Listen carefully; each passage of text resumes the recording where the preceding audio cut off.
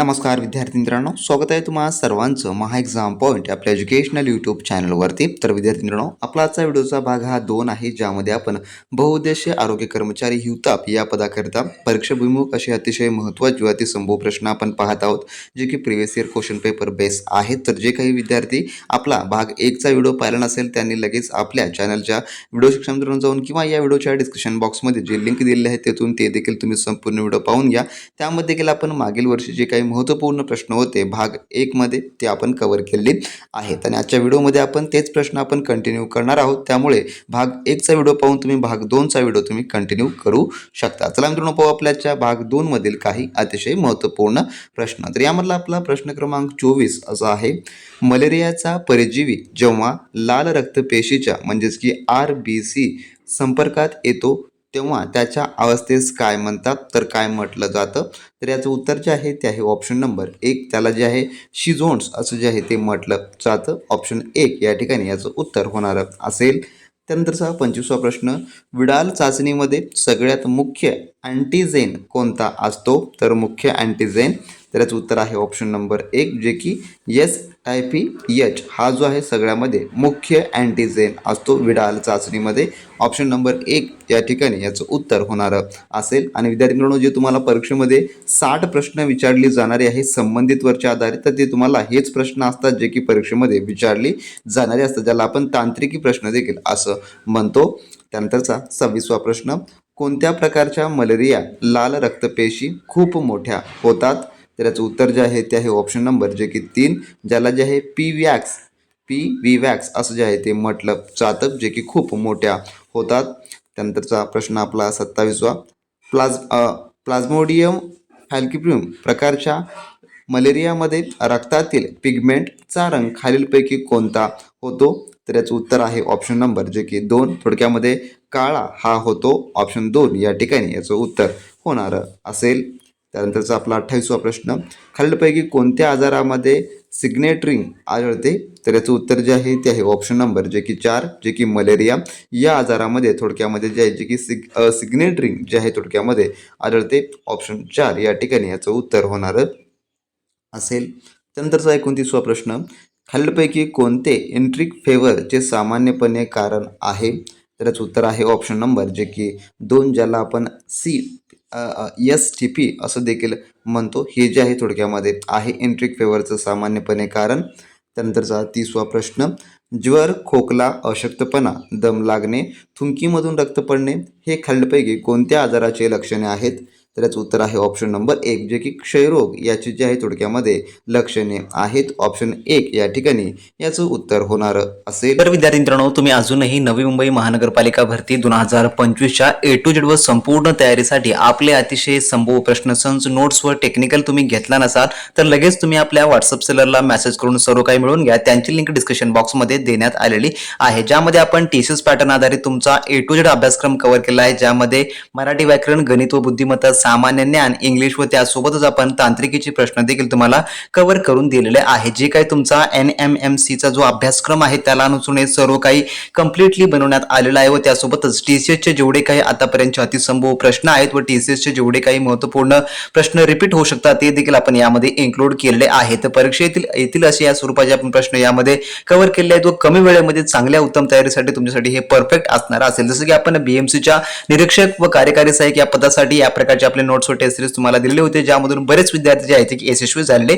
आहे। त्याचे रिझल्ट आपण आपल्या टेलिग्राम ग्रुपवर देखील ऑलरेडी दिलेले आहे, तुम्ही तेथे पाहून हे आपला क्रॅश कोर्स आहे तो लगेचच्या लगेच घेऊ शकता। यामध्ये आपण पदानुसार तुम्हाला तांत्रिकी प्रश्नसंच देखील उपलब्ध करून दिले आहे। तुम्हाला कोणत्याही पदाकरता टेक्निकल हवा असेल तर टेक्निकल देखील आपल्याकडे उपलब्ध आहे, ज्याची प्राइस आपण फक्त 500 रुपये ठेवलेली आहे। सध्या स्थितीमध्ये येणाऱ्या काळामध्ये ही प्राइस देखील वाढू शकते, त्यामुळे जर तुम्ही अजूनही घेतला नसाल तर तुम्ही मित्रांनो लगेच आपल्या व्हॉट्सअप चॅनलला मेसेज करून सर्व काही मिळवून घ्या। आणि जर तुम्ही याचा अभ्यास केला तर तुम्हाला मार्केटमधलं कोणतंही बुक्स घेण्याची अजिबात गरज पडणारी नसेल किंवा तुम्हाला महागडे कोचिंगची अजिबात गरज पडणारी नसेल। तर ज्यांना कोणाला ही एक्झाम क्रॅक करायची आहे कोणत्याही परिस्थितीमध्ये त्यांनी आपलं स्टडी मटेरियल नक्की रेफर करा आणि मिळवण्यासाठी लगेच आपल्या व्हॉट्सअप चॅनलला मेसेज करून सर्व काही याची सॉफ्ट कॉपी तुम्ही लगेच मिळवू शकता। तर ज्या कोणी विद्यार्थी मित्रांनी अजूनही नवी मुंबई महानगरपालिकासाठी आपलं जे काही बहुउद्देशीय आरोग्य कर्मचारीसाठी असलेलं ए टू झेड स्टडी मटेरियल घेतलं नसाल तर वेळ न वाया घालवता लगेच तुम्ही आपल्या व्हॉट्सअप सेलरला मेसेज करून सर्व काही मिळवून घ्या. त्यामध्ये आपण तुम्हाला सर्व काही ए टू झेड अभ्यासक्रम कव्हर करून दिलेला आहे, ज्यामुळे तुम्हाला कोणत्याही मार्केटमधलं महागडं बुक खरेदी करण्याची गरज पडणारी नाही किंवा तुम्हाला कोणतीही महागडी कोचिंगची अजिबात गरज पडणारी नसेल. जे काही आपण एक्झाम प्रोस्पेक्टिव्ह इम्पॉर्टंट आहे ते आपण सर्व तुम्हाला यामध्ये कव्हर करून दिलेलं आहे. तर ज्यांना कोणाला हे एक्झाम क्रॅक करायचे आहे त्यांनी नक्की आपलं स्टडी मटेरियल रेफर करा आणि लगेचच्या लगेच मिळून घेऊन चांगल्या व उत्तम तयारीला लागा. स्टडी मटेरियल घेण्यासाठी तुम्ही आपल्या व्हॉट्सअप चॅनलला मेसेज करू शकता. डिस्क्रिप्शन बॉक्समध्ये त्यांची लिंक जी आहे थोडक्यात दिलेली आहे. त्यानंतरचा आपला पुढील प्रश्न असा आहे, त्वचेचा काळा रंग कशामुळे प्राप्त होतो? तर याचं उत्तर आहे ऑप्शन नंबर 2, जे की मेलॅनिन यामुळे जे आहे थोडक्यामध्ये प्राप्त होतो. त्यानंतरचा आपला 32वा प्रश्न, कर्करोग म्हणजे काय? तर कर्करोग म्हणजे काय? कर्करोग कायला म्हटलं जातं? तर याचं उत्तर आहे ऑप्शन नंबर 4, जे की शरीरातील पेशींची अनियमित वाढ याला जे आहे कर्करोग असं म्हटलं जातं.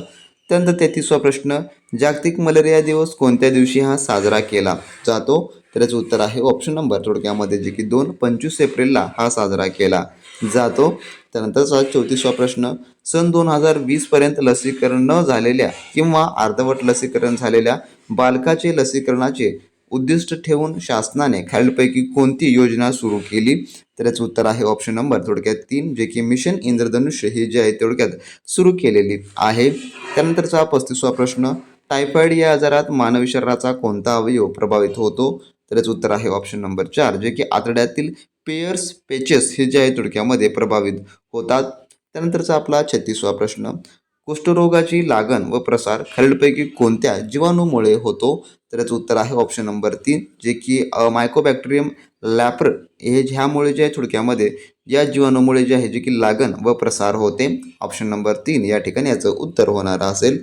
त्यानंतर 37वा प्रश्न आपला, कॉलरा या रोगाचे प्रमुख लक्षण खालीलपैकी कोणते आहे? तर याचं उत्तर आहे ऑप्शन नंबर 1, जे की जुलाब किंवा अतिसार. त्यानंतर 38वा प्रश्न, पांढऱ्या रक्तपेशीची ज्याला आपण WBCS असं म्हणतो तर निर्मिती कुठे होते? तर याचं उत्तर जे आहे ते आहे ऑप्शन नंबर 2, जे की अस्थिमज्जा व प्लीहा यामध्ये होते. त्यानंतरचा आपला पुढील प्रश्न 39वा, 7 एप्रिल 2019च्या आरोग्य दिनाचे घोषवाक्य कोणते? तर याचं उत्तर आहे ऑप्शन नंबर 3, जे की सार्वजनिक आरोग्य कव्हरेज सर्वजन सर्वत्र हे जे आहे जे थोडक्यात होते. त्यानंतर 40वा प्रश्न आपला, आपल्या देशात सन डॅशपासून प्राथमिक आरोग्य केंद्राची स्थापना झाली तर कधीपासून झाली? तर याचं उत्तर आहे ऑप्शन नंबर 2, जे की 1958 सालापासून झाली. त्यानंतर 41वा प्रश्न, कॉलरा या रोगाच्या निदानासाठी खालीलपैकी कशाची तपासणी प्रामुख्याने करतात? तर याचं उत्तर आहे ऑप्शन नंबर 3, जे की संडास. त्यानंतरचा आपला पुढील 42वा प्रश्न, कॉलरा या आजाराचा कारक घटक जे की खालीलपैकी कोणता? तर याचं उत्तर आहे ऑप्शन नंबर थोडक्यामध्ये 2, जे की विक्लोरे हे जे आहे थोडक्यामध्ये हा कारक घटक आहे. त्यानंतर आपला 43वा प्रश्न, खालीलपैकी कोणत्या जातीचे डास जलीय वनस्पतीच्या मुळांमध्ये अंडी घालतात? तर याचं उत्तर आहे ऑप्शन नंबर 3, जे की मॅन्सोनिया. त्यानंतरचा पुढील प्रश्न आपला, मच्छराचे किंवा डासाचे जैविक नियंत्रण पुढीलपैकी कशाद्वारे करतात? तर याचं उत्तर आहे ऑप्शन नंबर 2, जे की मासे याद्वारे करतात. त्यानंतर 45वा प्रश्न, खालीलपैकी कोणत्या समितीने प्राथमिक आरोग्य केंद्राच्या विकासाची शिफारस केली? तर याचं उत्तर आहे ऑप्शन नंबर 1, जे की भोर समितीने. त्यानंतर आपला 46वा प्रश्न, क्लोरिनेशन प्रक्रियेचा संपर्क वेळ किती आहे? क्लोरिनेशन, तर याचं उत्तर जे आहे ते आहे ऑप्शन नंबर 2, जे की 1 तास एवढा जो आहे वेळ आहे.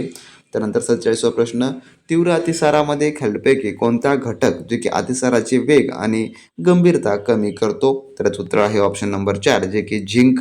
त्यानंतर 48वा प्रश्न आपला, खालीलपैकी कोणता घटक हा क्षार संजीवनीमध्ये जे की ORS असं आपण त्याला म्हणतो समाविष्ट नसतो?